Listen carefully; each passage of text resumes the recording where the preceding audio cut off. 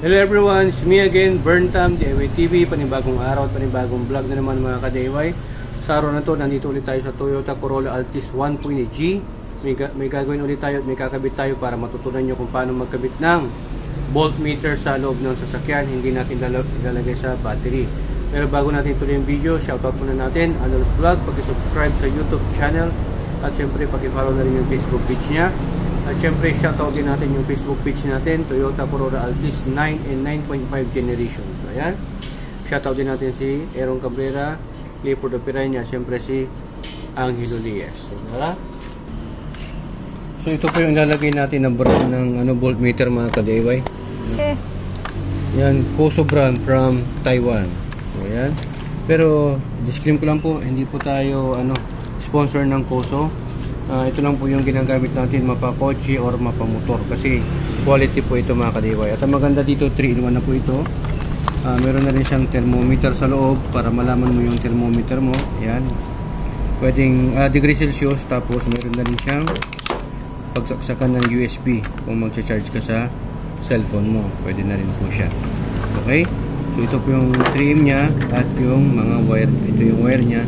May manual din po siya. So dito nyo malalaman na ano po ito, original Koso.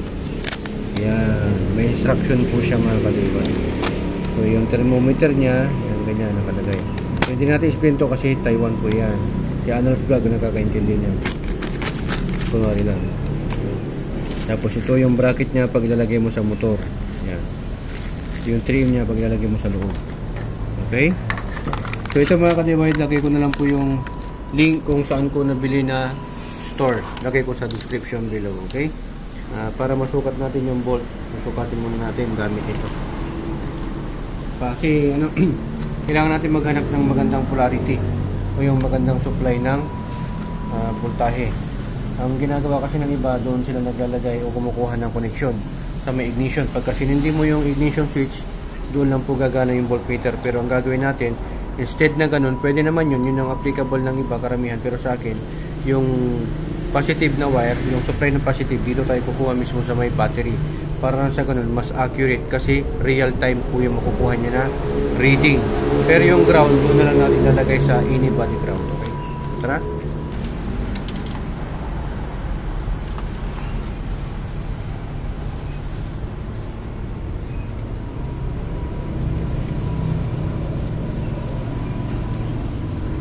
Yan. So, pag naka-standby, 12.6 or 12.7. Yan. Good battery pa pag ganyan. Pag 12 below, charge mo na. Or, pag 11, palitan mo na. Okay? Yan. Dapat ganyan na makuha natin na reading or supply. Yan, hinatin natin dito mga ka-DIY gamit itong cutter blade. Tapos, balatan natin para nang sa ganun magkaroon po siya ng connection. Para matesting natin kung gumagana to. Kita natin. Pwede mo namang positive sa positive na polarity. Polarity po ang tawag dyan. Tapos ground naman to. Ayan. Try natin. Yun.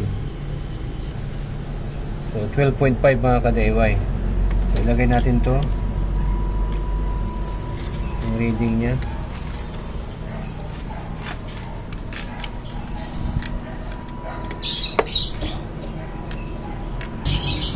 Tapos dito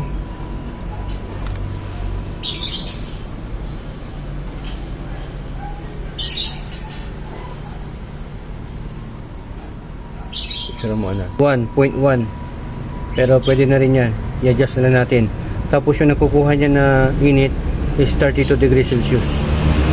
Lagay na natin sa loob yung positive side na wire. Udugtungan na lang natin.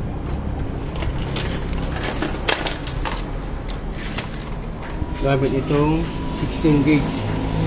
Lalabasin natin dito. Yan. Lagyan natin dyan sa may firewall.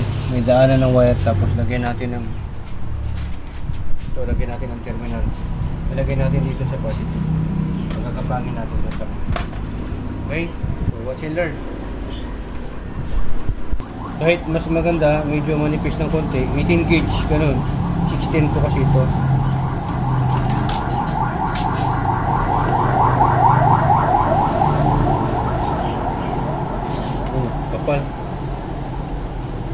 maganda kasi yung ano ito supply pag makapal eh. Pwede rin bago nyo ilagay ito sa battery, yung positive, lagyan nyo ng fuse. Mas maganda may fuse para just in case na mag short hindi masisira tong device. Yun, size 10 na lang dito. Tama.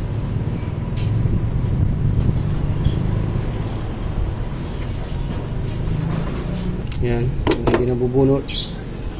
Tapos susukatin na lang natin. 1.5 meters siguro. Mga 1.5 meters lang yan. Yan, kulay pero mas maganda yung red. May red din to, may black, iba-ibang kulay. Color coding po ang tawag nun, pero pwede nyo gamitin kung either sa positive or negative. Lahat ng wire pwedeng gamitin ng ganun. Okay, kung isa lang naman ang gagamitin. Ayan, daan natin dito mga kaliwan. Napan natin ang maganda. Ayan. Ayan dito. Actually ito daanan talaga ng wire to. Tinakpan lang kasi. Tinakpan lang para hindi pumasok yung ganyan. Tapos hugutin natin ito sa loob. Okay. Yun, nandito na yung wire. Tapos idadaanan natin dito. Dito natin ilalagay. Pipesto. So ito yung 3M niya mga kadeway. Dito natin ilalagay. Pipesto natin dito. Or pwede nyo namang ilipat-lipat kung saan nyo gusto. Kasi mas gusto ko dito para mas kitang-kita ko. Pagka dito kasi natin ilalagay, hindi mo rin makikita. Hindi rin naman pwede dito. So ito lang. Wala naman tong switch na to nakaabang to kung ano ilalagay mo. So dyan siya. Itong wire, instead na bubutasin natin yan, yung wire papadaan na lang natin dito. Kasi may ano naman to awang. Yan o. Diba? Pwede mo na naman tanggalin to. Yan o. Pwede mo tanggalin to para ipadaan mo yung wire dyan sa loob. So, ganun yung discard din yan. Yan.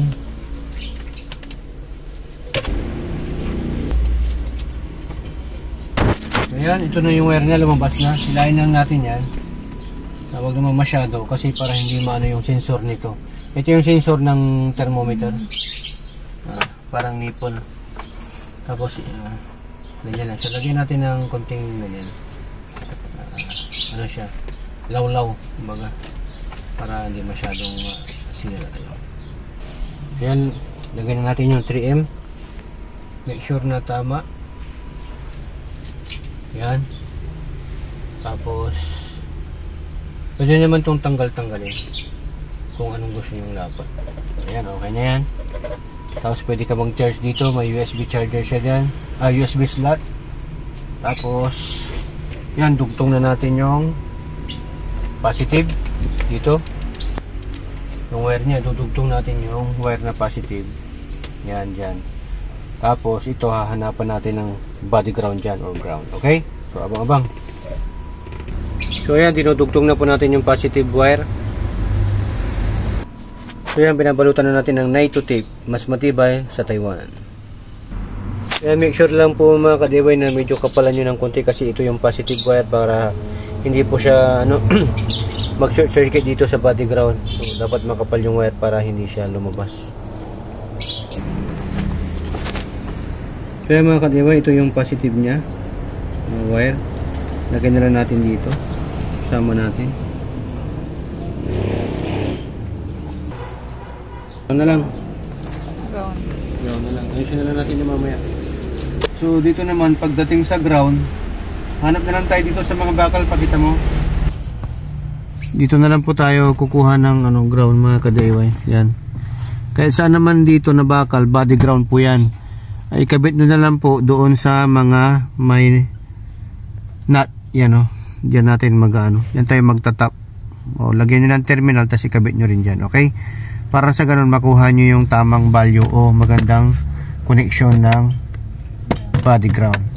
So tatry natin. Kunwari ito, dikit natin.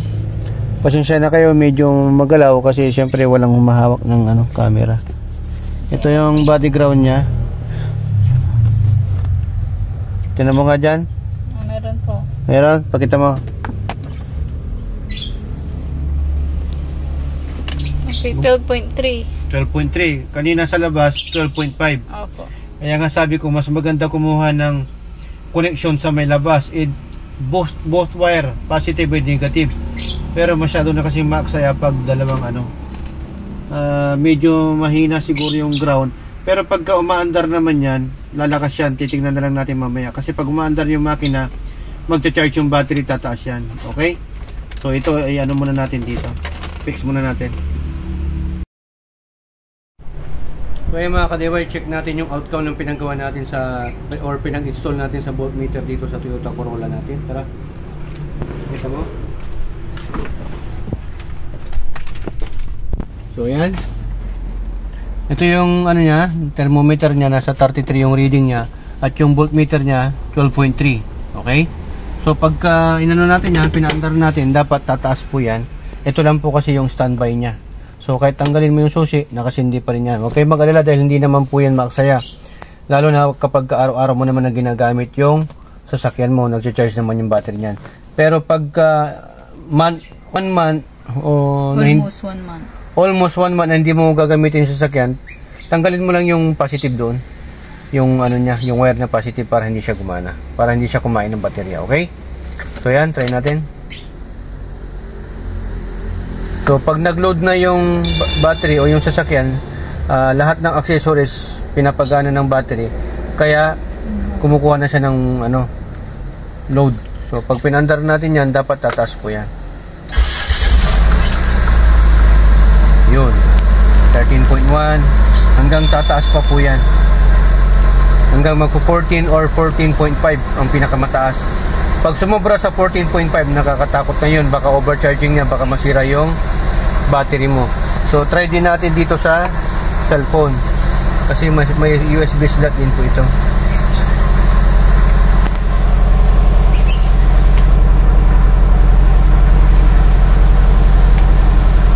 Yun. Yan, nasa 13.8 na yung basa niya. Charge natin mga ka-DIY. Kung magcha-charge. Ayun. Charging po siya. Okay? So, patayin natin. Magcha-charge po siya pagka ganyan. Tingnan mo naman. Saka may na electric sign. So, yan, 13.5. Pag tatanggalin natin, so, hindi siya, yun. 0.1 lang po yung kinakain niya na load. So, yan, okay? Okay na. Sundan nyo lang po yung process ng pinagawa natin. Sa pag-wiring, ingat na po kayo dahil dito sa HPT, dalawa lang po ang meaning ng DIY.